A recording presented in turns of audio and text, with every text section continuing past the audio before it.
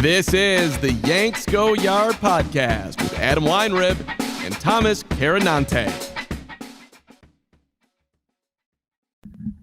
Welcome to the Yankees Go Yard podcast. I'm Adam Weinrib alongside Thomas Carranante. You ever see that clip of Dan Shaughnessy on the rain delay broadcast, Red Sox-Orioles game 162 in 2011, when the Red Sox were winning by like 1 and the Yankees were beating the Rays 7-0, and he's like, the one thing that I can guarantee you is the Red Sox season does not end tonight. They will play a game 163 or whatever, then they don't, because the Yankees blow that game and the Red Sox lose.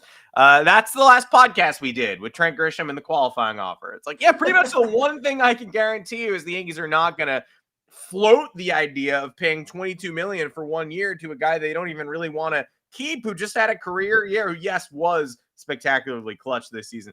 But everyone and their mother knows it's sort of a weird long-term investment, and the Yankees have a lot of other long-term investments that they want to make before committing to Trent Grisham. So they're not going to entertain signing him for the long term, and they won't risk putting the QO against him. So you could just slap that on the podcast right now. It won't be outdated in 2 hours. And then they decide to qualifying offer Trent Grisham. We'll try to sort out what it means. Again, there are only so many things that it can mean. Like, it can't mean that many things. It either means the Yankees made a real mistake and they're not going to bring Cody Bellinger back, or it means the Yankees know more than we do. We'll break down the options and talk about it. But we didn't think we had to talk about it last time. And clearly we do, because they did it. Because they did a thing that I don't think we expected them to do. Shout out to the Yankees, making things interesting early. The GM meetings are this week. Look out for quotes. Look out for breadcrumbs. Look out for what have you. We'll talk about all that and more. Some available free agents. Even a free agent the Yankees are reportedly among the favorites for, who I didn't even know we'd be talking about this offseason. So cool. Good to get off on that foot. Also, 2 Cleveland Guardians arrested and Brian Daboll fired. So nothing bad can happen to us, I guess. This is one of the best days in recent New York sports history. The Knicks beat up on the Brooklyn Nets like by 40 points last night in what felt like a glorified scrimmage. Maybe they found their coach. I don't know. The Yankees probably not going to make any moves today, so they can't make a bad one. That's nice. Brian Cashman could say something silly, stupid. He probably will. And the New York Giants fired the biggest loser they've ever had in charge of them, which is crazy because they've had nothing but losers in charge of them since Tom Coughlin. Losing coaches, losing players, losing executives, just nepo babies and losers. And this guy lost more than anybody. So, it's a message to Giants fans. You don't have to defend temper tantrums and bad attitude and bad decisions. It's not all part of some larger plan. Like, maybe some guy is just like not equipped to be a head coach and is a big time loser, and coach is scared and coach is not to lose and then loses. So maybe we don't always have to be like thinking about the 4D chess. Like, if the guy's 2-8 every season, he's probably just bad at coaching. Probably. I'm glad he's gone. Yankees, time for you to make your move. I don't know what that's going to be, but just fire everybody. Here we are. Bizarre end of last week for Yankees fans. I don't know. I don't really know. We sat here and, like we've said, the Trent Grisham conversation was a bit of a roller coaster, because last offseason we were talking about him getting non-tendered because the Yankees opted not to use him at all last year, when they had him on the bench and they had Alex Verdugo playing as worse as you could possibly play. Mm-hmm. So they didn't use him, and his arbitration price tag was approaching $6 million. We said, why would you pay that? He batted below 200 in a small sample size. Didn't offer much of anything. There were some effort questions on when a couple of times when he played center field last year. Yeah. Then the Yankees avoid arbitration and pay him $5 million, and we say, okay, I don't get it, but if we know how the Yankees operate. They love to salvage trades, and they love to make sure they squeeze every last ounce of a player that they have acquired through either a signing or a trade. And Grisham, I felt, fell under that category because it was the Soto deal. It was a high-profile thing. They had traded 5 players for those 2. They got a year out of Soto, and were they really going to get like 50 games out of Trent Grisham and call it a day? Apparently not. Then apparently it was an amazing decision. Trent Grisham, in the midst of a career year, playing tremendously, filling in where needed, complementing the lineup nicely with his lefty bat, brought clutch element to the offense, which was severely lacking. And career offensive year comes through, and we say, hey, maybe the qualifying offer in the offseason, no? Pay him the 1 year, $22 million, kind of keep everybody in line. The free agent market is not sexy. We know they're not going after Kyle Tucker, or at least we can assume they aren't, given the price tag and given the positional gymnastics that would take with Aaron Judge in right field. Yeah, we showed up in our first straight up lie Kyle Tucker rumor today. Bob Nightingale saying the 3 teams in on Tucker that are one of these teams is going to get him. Yankees, Blue Jays, and Dodgers. And you read that and you go, okay, great. So Blue Jays or Dodgers. Thanks for putting us in there, but we're not getting him. So it's going to be one of those 2 guys. Very much feels like, again, I feel like the Yankees now, since 2013, they splurged on all those people. Tanaka, Ellsbury, McCann, and Beltran. Yeah. Since that offseason, the Yankees have purely been mentioned alongside top-tier free agents simply because they're a big market team. That's literally it. And I'm not saying they've made moves. They've surely made moves. But every offseason, they are among the top suitors for the biggest guy on the market. And it's no, they're not. They are mentioned as that because it's, I don't know, common practice for agents to leak that news to make it sound like the market is bigger for their client than it really is. Some economic conspiracy for you folks. We got any tinfoil hat peeps in the chat? So you look at the Kyle Tucker thing and you're just that's not happening. And then Trent Grisham plays down the stretch. He falls off a bit in September, which wasn't the end of the world. We said, the guy had a career year, 35 or 34 home runs or whatever it was, literally best numbers all around. And then the postseason comes, and he went 4 for 29 with 10 strikeouts and 0 RBI, 0 home runs in the Yankees' playoff effort. And then at that point, because playoff performance weighs heavily on New York fans, I think a lot of fans said, you know what? Not the qualifying offer for him. Just make sure we retain Bellinger, and then we'll see where we're at with Spencer Jones and Jasson Dominguez, who didn't get enough run last year, or someone like Dominguez who wasn't in his position of comfort. So maybe that played into his struggles on both ends of the ball, from him hitting on the right side of the plate and from him playing left field defense. And we looked at it and we said, oh yeah, also for offering Grisham the qualifying offer, the only thing the Yankees can get out of this is either overpaying for 1 year of a player whose 2025 season is a clear outlier based on his previous performance, or get a 4th round draft pick because the Yankees are repeat luxury tax offenders. We said, oh, okay. Now that we are reminded of the reality that if you're a luxury tax offender, you have no other benefits, quite possibly, in the entire free agent, draft pick system, then the Yankees are definitely not giving him this offer. Because then at that rate, you might as well just retain Cody Bellinger. You have flexibility in all 3 outfield spots and first base. The money will be worth it regardless of how high the market goes. Based on our limits, $180 million at least is what we believed. And the Yankees can let Grisham go. They'll allow him to get a multi-year deal without any draft pick compensation attached to him, and they move on. And then comes Thursday or Friday or whatever the hell it was. Yeah, Thursday after the show, they gave us 20, I don't know, maybe an hour to chill, and then they were like, anyway, there was even earlier, I think Bob Nightingale in the morning, Bob Nightingale, what an offseason. He put out just a giant primer today, and I have to weigh in one hand, a lot of interesting team fits and some specific declaratives, and the other hand, the guy always lies to me. And he put out the list of here are the 10 players expected to get the qualifying offer today, and then it comes out and it's 13 guys.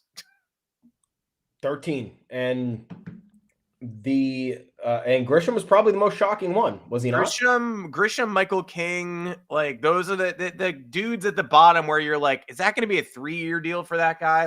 No one's getting 5, maybe 4-year offer, but probably 3-year offers for Grisham, for King. Why are they going to get the Q? Giolito didn't get one, but he feels like he falls in that bucket too. So if it's weird that like one would, two wouldn't, whatever. But ultimately, King, Grisham, 3 borderline dudes end up getting the qualifying offer.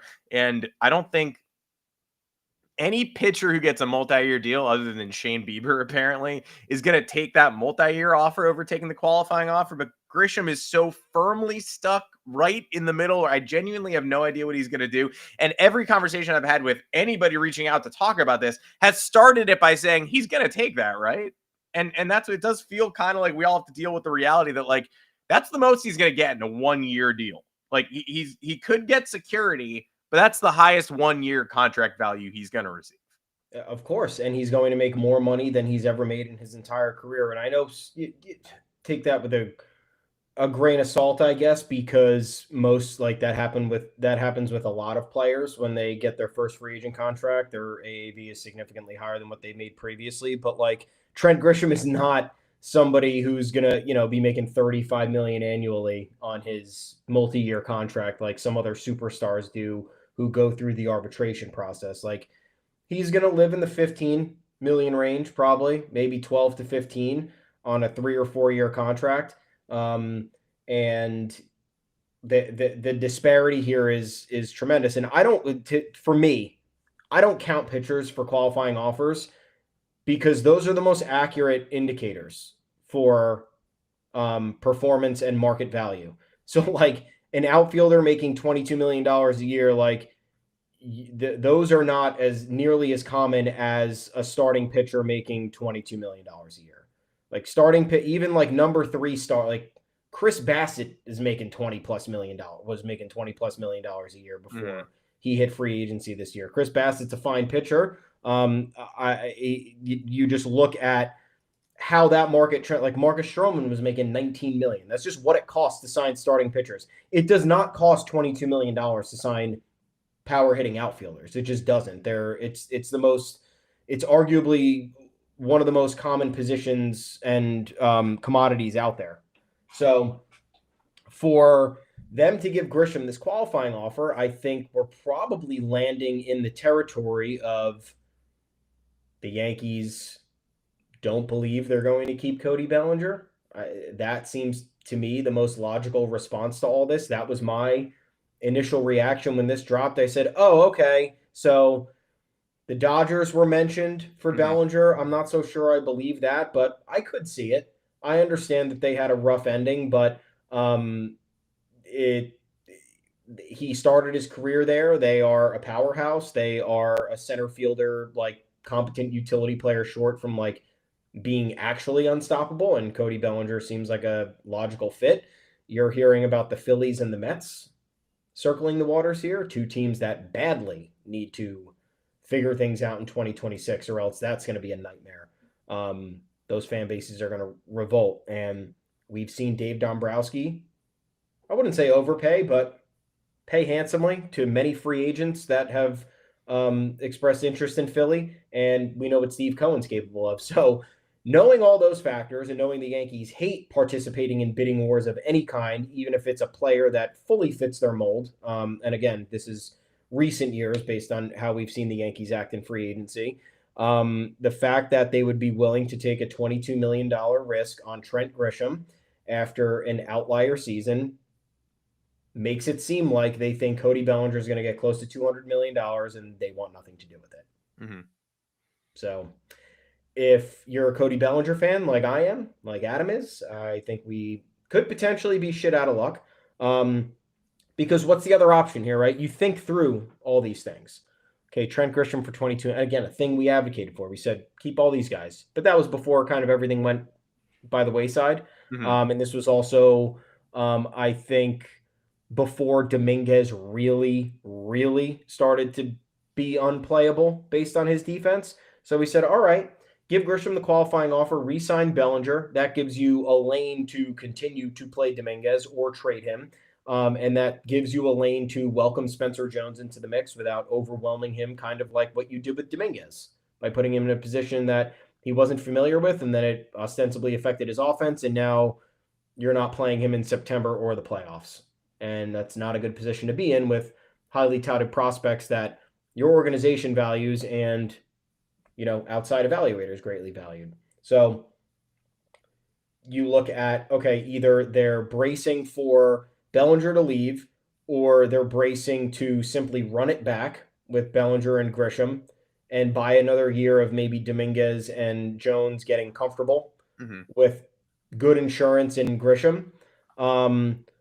Or I don't even know the other scenario. The other scenario is that they are fearful of losing both, and the only thing that they can kind of reconcile with is like, at least we'll get a 4th round draft pick if Bellinger and Grisham leave. So I don't know, with Grisham looking at this much money in front of him, but with the looming lockout coming, what do you do? Do you take this money, or do you take the security with the likelihood that you're going to miss paychecks in 2026?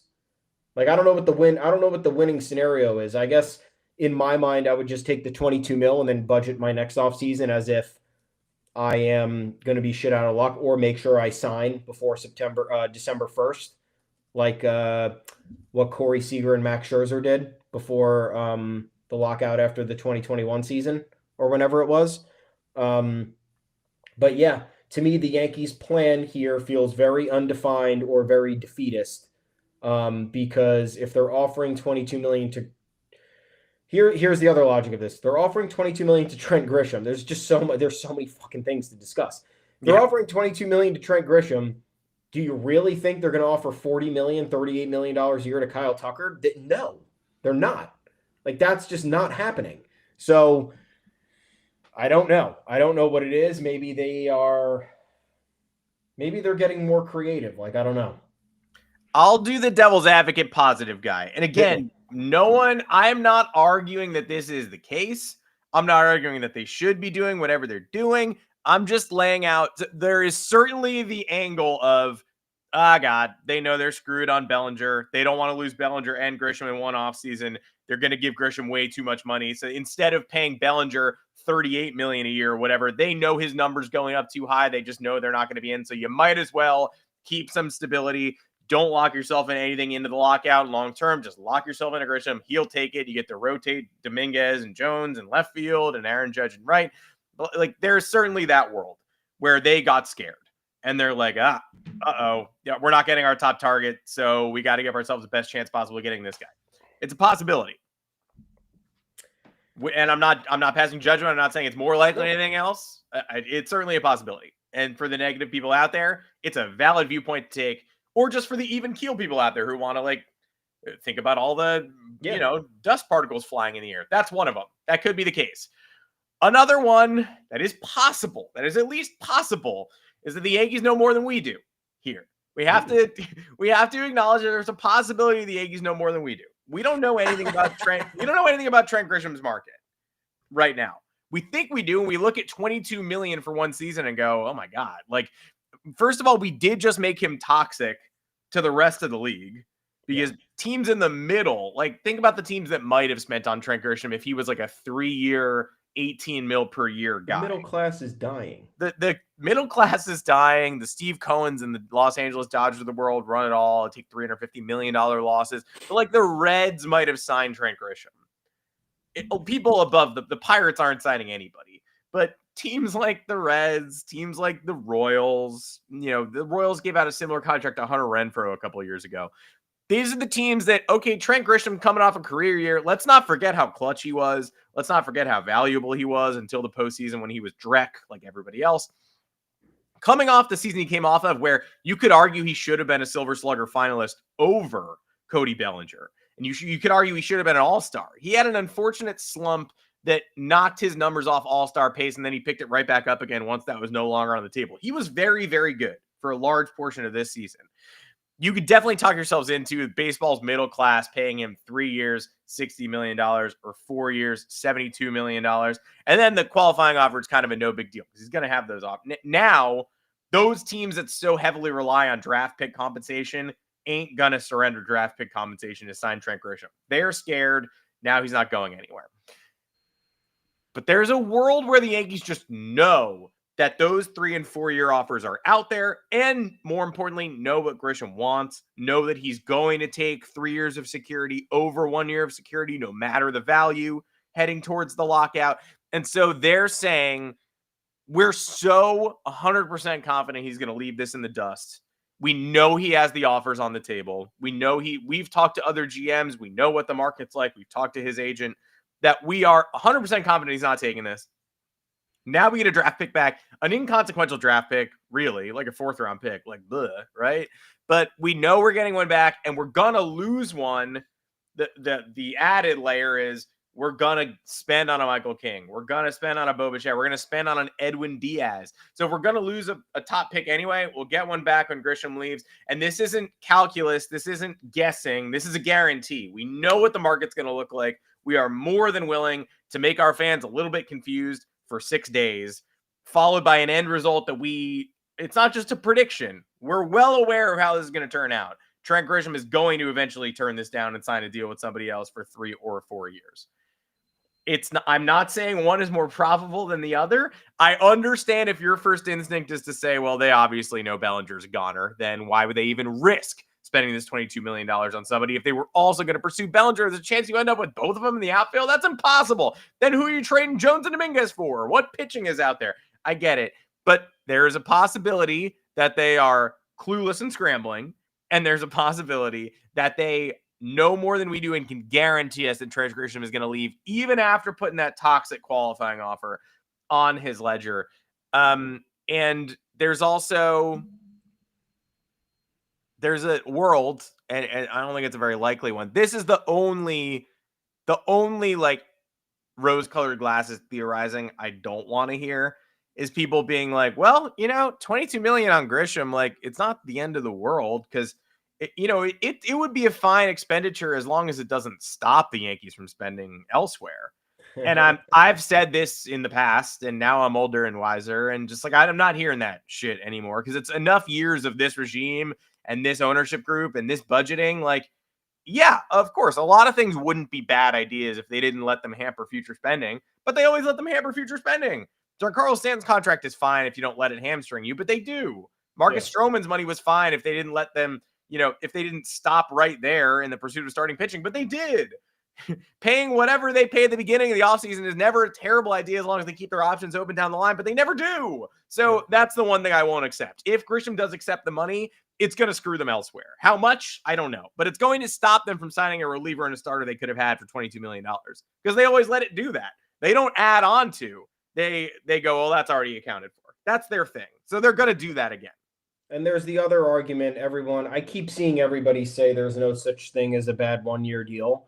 I'm not of the person who's like, what the hell are you talking about? That's a crazy philosophy, because look, the money does come off the books and it's not the worst thing in the world, but we've seen plenty of short-term contracts blow up in the Yankees' face. And the most recent is Josh Donaldson. The most recent is Marcus Stroman. Those were 2-year deals that were supposed to uplift the Yankees in an important year of contention, and both absolutely blew up in their faces.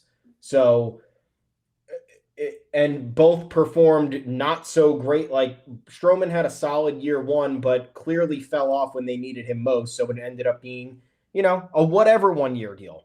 And you're talking about spending, like, you're not spending upper echelon money, but you're spending just below that. So you're spending in this upper middle class market where the salaries are, $18 to $22 million.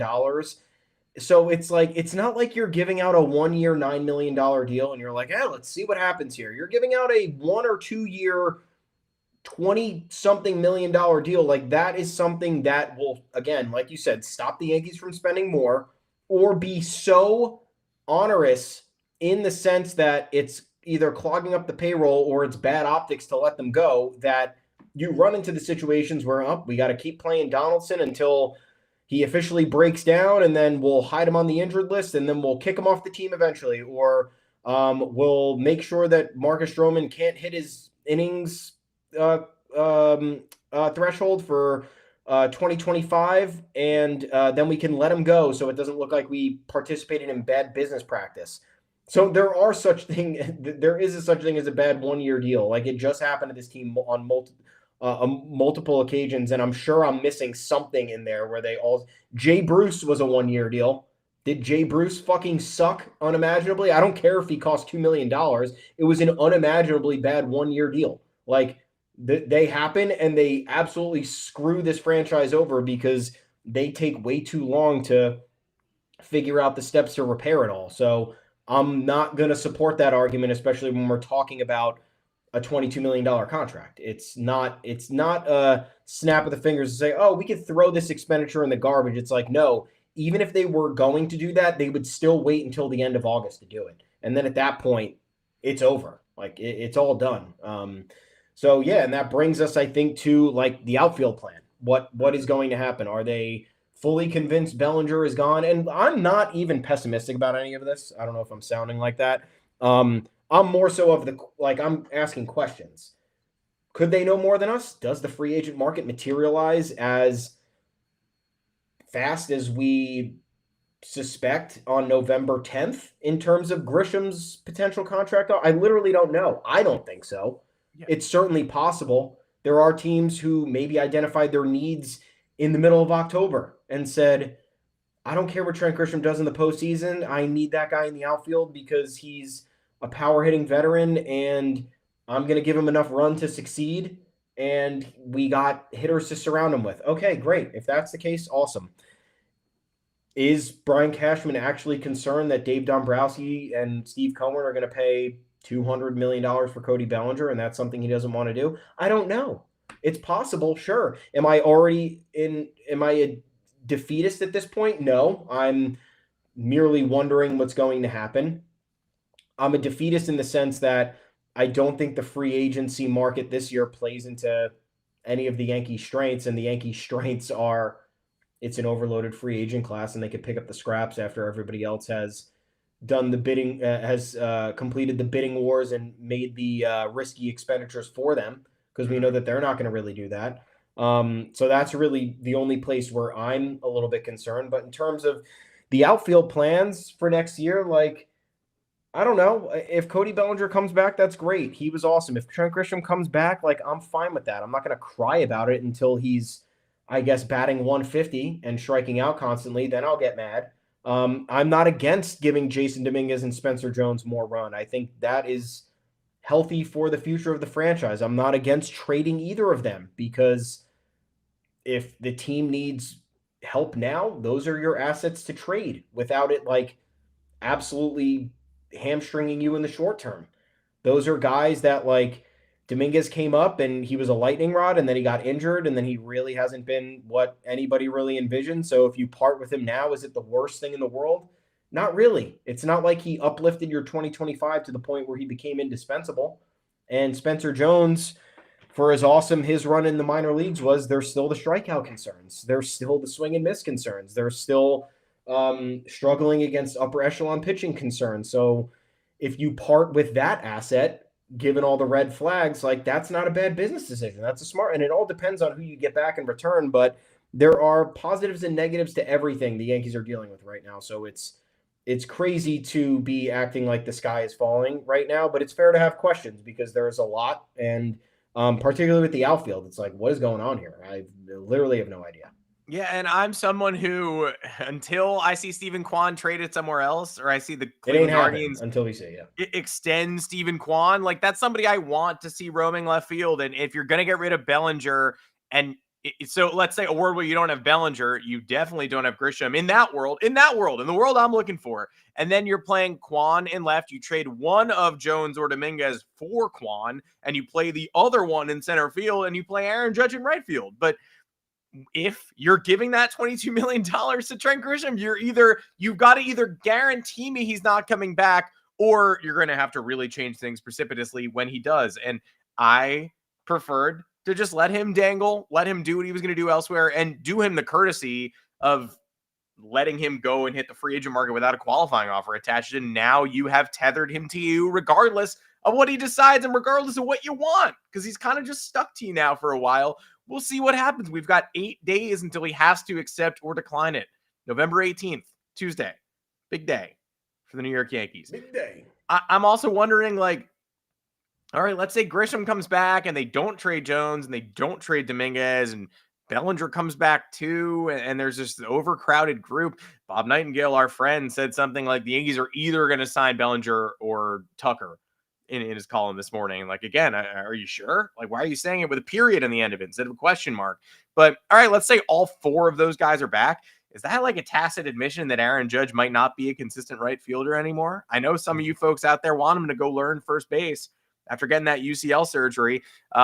That should be one of the questions that we'll see what happens with Bellinger. We will see what happens with Grisham. But if both come back, you're going to have to be watching Dominguez, Jones on the trade market. Because if one or two are gone for pitching, then we have our answer. If neither is gone and the Yankees are carrying 5 outfielders, 2 of them long-term in Judge and Bellinger, and 2 of them with long-term team control in Dominguez and Jones, then you're going to have to ask yourself, do they envision Aaron Judge as the right fielder beyond 2026? Do they think he's going to transition to DH sooner rather than later? First base, is Ben Rice still here? A lot of ripple effects later in the offseason, and that later in the offseason is coming sooner than you think, I think. So now I'm wondering, could a Stanton trade be on the table? Could be. But like, where would that? Yeah, I mean, if they're gonna, so if you clog up everything with Bellinger, Grisham, Judge, Dominguez, and Jones, then you would need the flexibility of the DH position. So it could mean one of two things. Like, are they expecting Giancarlo Stanton to just miss 90 games again, 80 games again? And they it just happened. Yeah, I mean, it just happened, and I don't think his elbows are getting better. I think it was pretty clear that the only way for all of the healing to get him to where he needs to be would require surgery, based on what we read last year and what we heard last year. So, is Giancarlo Stanton possibly getting surgery this offseason? Does he want to go back home to California for the final 2 years of his career or whatever it is? And I don't think the Dodgers are fit because you can't squeeze Giancarlo Stanton into the DH role there with Shohei Ohtani existing on planet Earth. But maybe the Angels. I don't think he would want to do that. But it's that with crazier things have happened. You just can't rule anything out. So that just has me thinking in terms of, because the only way you can logically clear space, that Stanton's the next in line. It's either you get rid of an outfielder or Giancarlo Stanton's gone. And then the DH spot is open a little bit for there to be more flexibility. So I really don't know. I think the answer is they're going to trade one of Dominguez or Jones, and they're going to get a pitcher of their liking. If they get Grisham back and lose Bellinger, I think they're fine with that. If they get Bellinger back and lose Grisham, I think they're fine with that. I think they'll know probably they'll know before the winter meetings, right? If they're going to have a chance at Bellinger. Yeah. Just because, like, they're a month away. The GM meetings are tonight through Wednesday. Is that it? Yeah.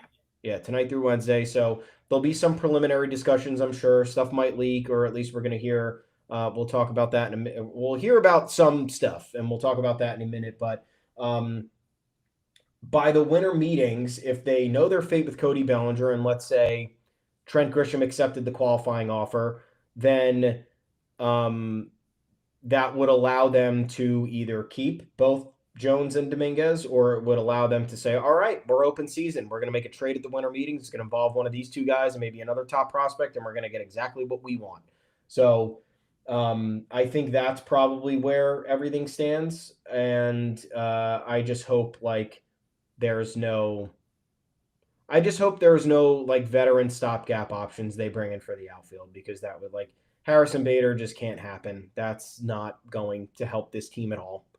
We've seen it already. I don't think it's going to happen, but people mention it, and there's loose links here and there that you're reading in columns from insiders and things like that, or just people who are experienced in media making the connection, and that just can't be how the Yankees conduct business. Like, at this rate, any short-term veteran that's going to help us out is going to be on the pitching side, or is going to be a depth infield option that allows, again, spell Anthony Volpe. He play some good defense at shortstop and get his bat out of the lineup for a few days. That's the veteran help that's going to be of use for the Yankees, not a 1-year stopgap for somebody to roam center field. Again, center field's a long-term position that you need to have figured out in some capacity, and the Yankees have somehow put themselves in a position to have 3 juggling plates at once with Grisham, with Bellinger, and with Spencer Jones, and with, I guess, 4 with Dominguez. So no idea what's going to happen. Way too early to be a defeatist, but also just early enough to ask every question that you have in your brain, because there's a lot right now. Really tough when you're like going out in public and people who are Yankee fans are like asking you like what are they gonna do this offseason, and like what do you want them to do? And I'm like, what do I want them to do? I don't like really any of these options. They're all imperfect. And what are they gonna do? I legitimately have no idea. There are like 8 less than ideal solutions, and I don't even like the free agent market that much. It's gonna require them being clever and creative. Brian Cashman's gonna have to do something strange. He hasn't done a lot of strange stuff lately, and when he does, it's Josh Donaldson. Yeah. I have a question. Yeah, I have one question. Yeah, is it possible?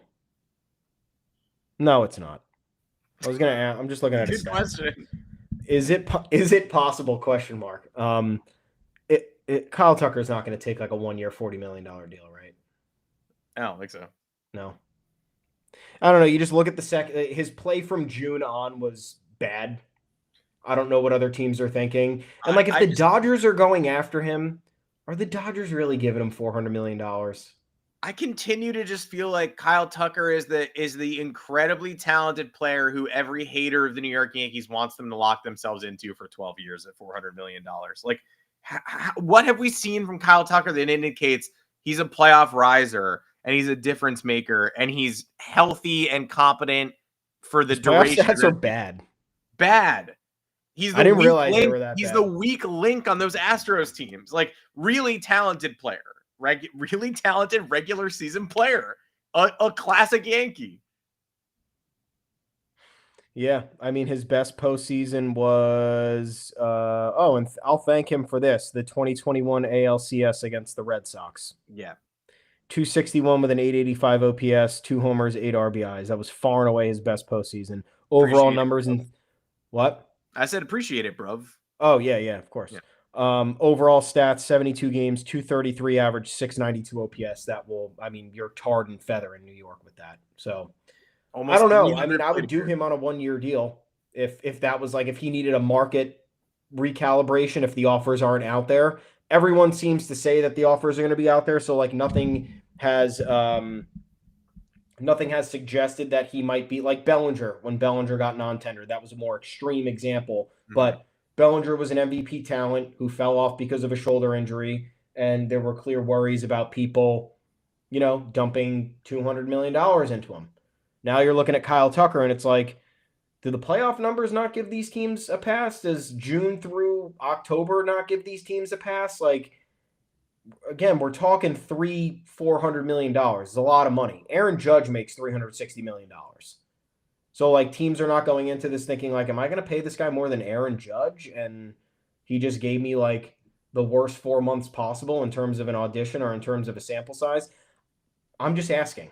Merely asking. I don't know, but you saw the way his Cubs season ended. You saw those really, really bad strikeouts against the Brewers, and it's like, all right, I've seen so many other players' markets crater because of what have you done for me lately, and Kyle Tucker seems to be the exception because why? He's going into his age 29 season, and teams think that's attractive before age 30 season. I don't know. Yeah. When he was surging earlier in the year, everyone's like, he could make $400 million. And then he was terrible for the whole second half. And people are like, my guess is still $400 million. Great. Nothing happened.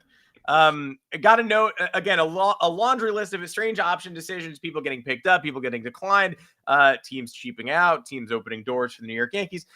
Just saying Pete Fairbanks on the table after the Rays declined his $11 million option. The Yankees are looking for closers undoubtedly. Robert Suarez, Edwin Diaz, these are the top of market options.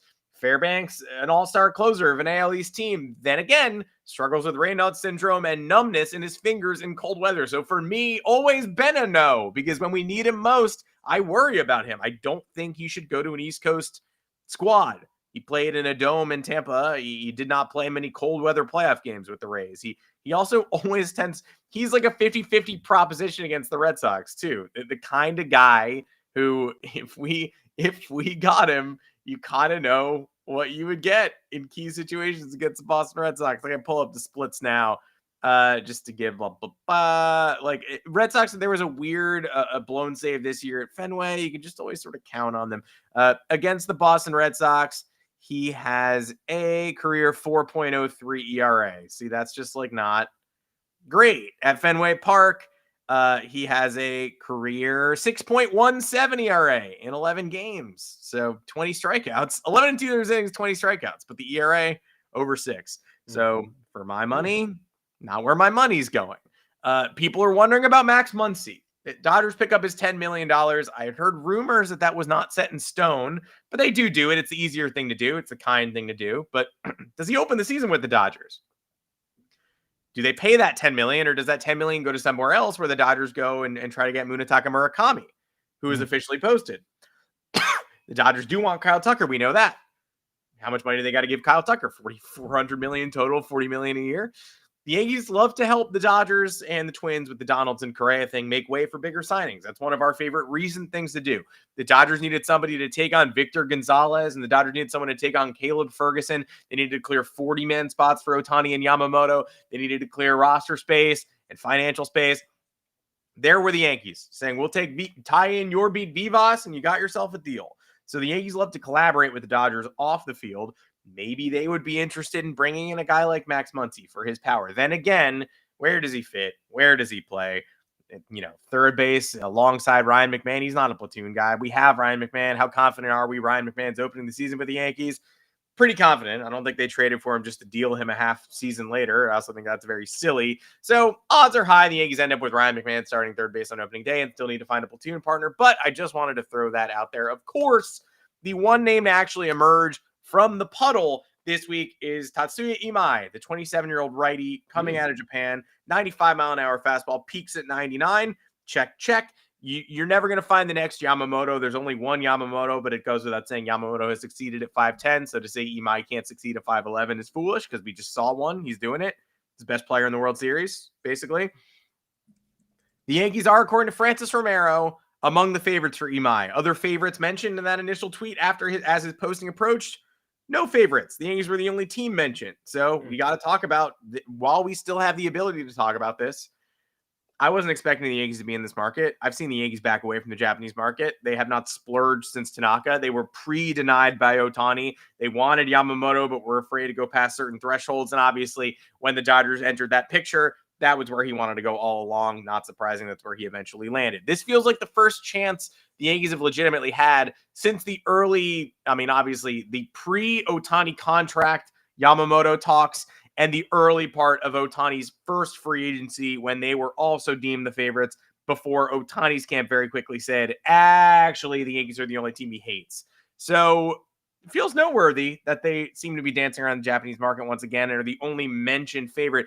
And Scott Boras, as Imai's agent, can only help us. A lot of teams do not like dealing with Scott Boras, including the Los Angeles Dodgers, the home of a lot of the most talented Japanese imports of the past several years. The Cubs need pitching. The Cubs have recently have a history with Imanaga and Seiya Suzuki. Apparently, they don't like dealing with Boras either. So that is a point in our corner, in our favor, but also a reason to be skeptical of the connection because Scott Boras clients tend to mention the Yankees early in the process. Always. To get more Always. So it depends on how you, again, glass half full. You want to view Boras as an advantageous. The Yankees love going back and forth with him.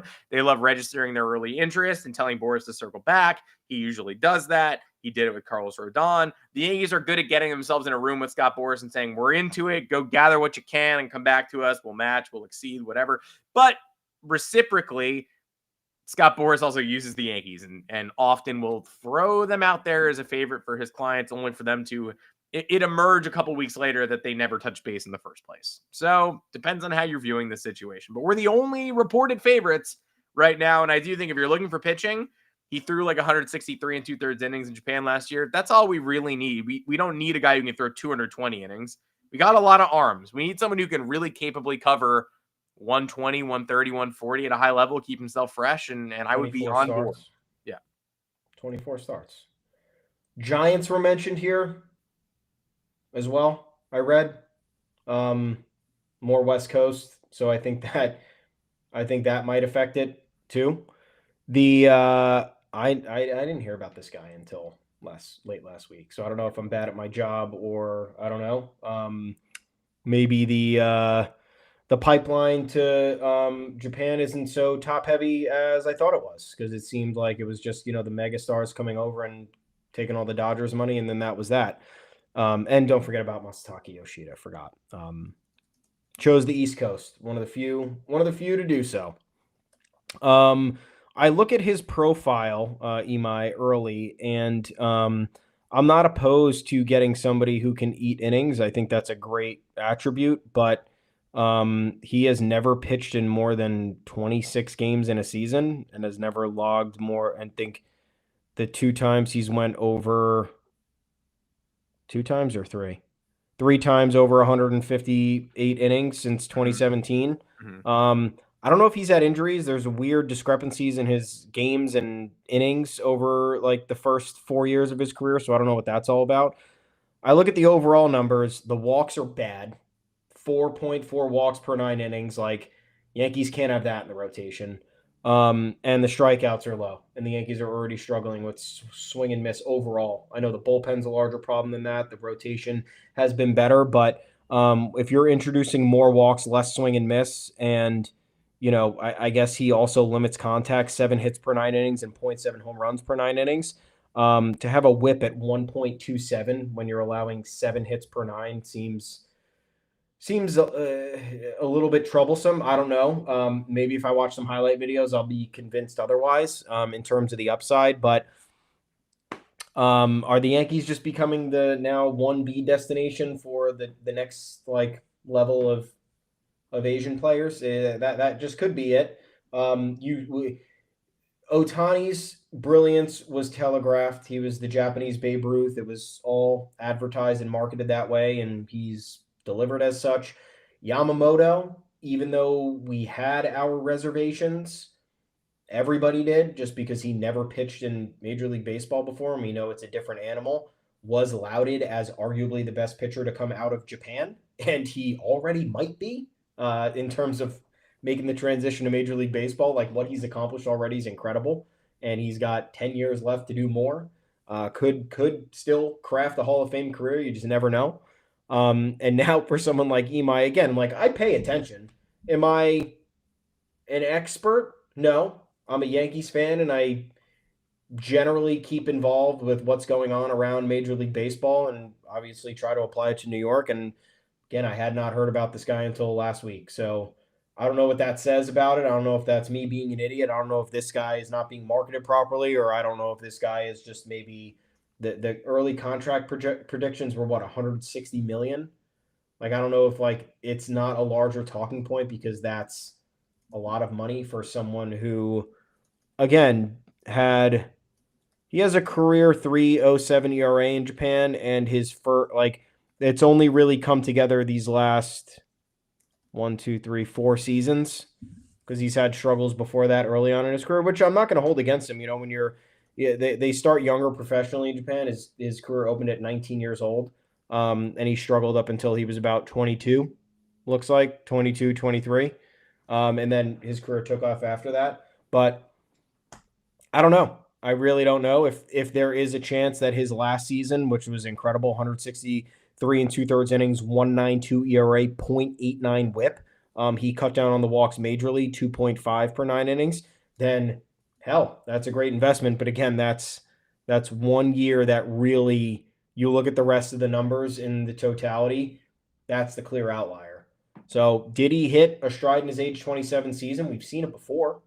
Players find their grooves and their journeys in all different ways. It's not a one-size-fits-all situation, but to invest that much money, the Yankees were hesitant. The Yankees were already shitting bricks when they offered $300 million to Yamamoto, and they thought they were overextending themselves at this point. So why wouldn't they be in the same position, recruiting a clear lesser talent for half the money? And who, remember, Yamamoto was coming here in his age 25 season. So you do not get free agents that young with that elite caliber behind them. Imai's coming over in his age 28 season. So you're getting the 30-plus-year-old regression if you give him a 6-year contract. Mm-hmm. I'm just saying. I'm not for or against it. I don't know enough about this guy, but I'm looking at the profile and I'm thinking of the Yankees' previous behavior, and I don't know. I really don't know. And again, it's not like pitching is their primary need. They certainly need to bring in arms, but you're going to pay Imai $170 million over Merrill Kelly, $36 million for 2 years. Like, we're just here to talk about it. That's what we're not paid to make these decisions. We're just here to analyze them. And I hope he comes here and I hope he's great. I hope he doesn't come here and I hope he's bad. Those are the two things I hope. One of those two. GM meetings this week. Brian Cashman went on his Volpe rant 2 years ago. It was extremely incorrect. Has yet to be proven correct about Anthony Volpe being an elite player. Keep your eyes out and ears peeled for some inflammatory quotes this week. Maybe they'll say something. Maybe somebody else will say something. Maybe Dave Dombrowski will apologize to Bryce Harper again. Maybe both of them will attend the GM meetings. We'll see. Often trades do not occur during the GM meetings. It's rare that you hear about genuine movement at the GM meetings. MLB.com ran a feature that basically reminded everyone, like, hey, they're not unheard of during the GM meetings. Why? There were as many as 5 trades over the past decade of the GM meetings. It's like, okay, well, that's almost nothing. So I wouldn't expect any player movement this week. I would just expect the tone to be set, GMs to exchange needs with one another so they know where they're coming from. And yeah, probably some colluding, some touch bases. We're still about a month away from the winter meetings, which is kind of wild. This is mostly just about face-to-face contact. Now managerial hires have been made. Personnel is in place. Now we move, but some teams have new identities. We've asked for the Yankees to have new identities, but they never do. They run the same guys. Everybody knows Brian Cashman and Aaron Boone. No surprises there. But like, the Orioles are checking in. Hey, you guys meet Craig Albertaz. Here's what he's about. Here's what he wants. This is how we're changing the guard this year. This is what we're going to be looking for. So expect some state of the Yankees quotes. Hopefully Brian Cashman goes crazy once again, starts screaming at the gathered media. That would be nice. But other than that, probably a quiet week. Yeah, because someone will ask, how do you deem this year? Was it a success or it's everyone's favorite question after the season ends. Sometimes it's warranted, depending on your team's expectations. Like, I think, remember the reporter that asked Manny Machado how he deemed the season after they lost to the Cubs, and Manny flipped out, and it was like, yeah, I mean, was it the best time to ask that question? I don't know, but at the same time, like, how many more cracks at this are the Padres realistically going to get? And what is a question to ask that is less inflammatory than that? It's hard to, like, you're towing the line there where it's like, all right, let me get a reaction out of this guy, but let me not ask something disrespectfully. And when you put the ball in the player's court to say, or the executive's court or whatever, to say, how do you define this season? It's funny how they view it as like, they can view it like someone like Cashman, where like Joel Sherman's like, well, how do you grade Anthony Volpe's season based on his peers? And then Cashman just loses his mind because he knows that Anthony Volpe's peers whooped his ass and mopped the floor with him. And then Brian Cashman has to conduct damage control as to why their decision to elevate Volpe and play him the way that they did was justified and correct, and why their processes shouldn't be questioned, and why you can't comparing Volpe to Zach Neto as apples to oranges, for example. Yeah. Another Cashman explosion could happen, because I can see somebody saying, well, how do you feel about the 2025 Yankees? They were tied with the Blue Jays. They had the same record as the Blue Jays. And much like 2021, they lost out on home field advantage because of extended regular season malfeasance. And then you watched your division rival, who got the edge over you, go to Game 7 of the World Series, like you did in 2021 when you watched the Red Sox go to the ALCS when they had no business being there. And it was because, again, whatever your processes were during the regular season did not hold up and did not perform better than your peers. So I can see it happening. I can see an explosion happening. Do I think he's smarter than that? Absolutely. I think 2023 was an outlier season. They missed the playoffs. That hadn't happened, I think, in almost 10 years at that point. I think the last time they missed in 2015. 16 to 23. So, okay, yeah, so 7 years. 7 years. So yeah, it was a long time before they missed the playoffs. They were in danger of falling below 500, which is their calling card, the Yankees calling card. I mean, 30 years with above 500 record. Nobody cares. Oh, yeah. We can't break that streak. I will cry so hard when we finally finish over. I'm so glad when we finish 84 and 78 so we can break that. Yeah. See, I don't know if we're assholes for mocking that or if we are just being real, but it's like, does that mean anything? Like, what's the difference between getting embarrassed in the wild card round or just finishing 78 and 82? Like, what is it? It doesn't matter. Yeah. But yeah, so I think there's going to be a lot of questions because the Yankees have a lot to deal with. Again, like we talked about the offseason problems. We talked about these free agent situations materializing. There's a lot to discern on the trade market. There are some, retrospective things for Cashman. And there's still the Devin Williams conversation, right? What happened with Devin Williams, man? That was supposed to be a marquee acquisition that literally almost upended the Yankees for 3 months, or did upend the Yankees in some capacity for 3 months. And then, is he leaving? Do you know what happened? What's the deal here? Aroldis Chapman's comments. Can we revisit those? Maybe someone asked a question about that. I don't know. But yeah, for content's sake, Brian, you know what, man? You got a couple years left, maybe even one. I think this is the last year of his contract, 2026. Yeah. Go off, dude. We'll be nice. We'll have fun. We'll spin you in a good light.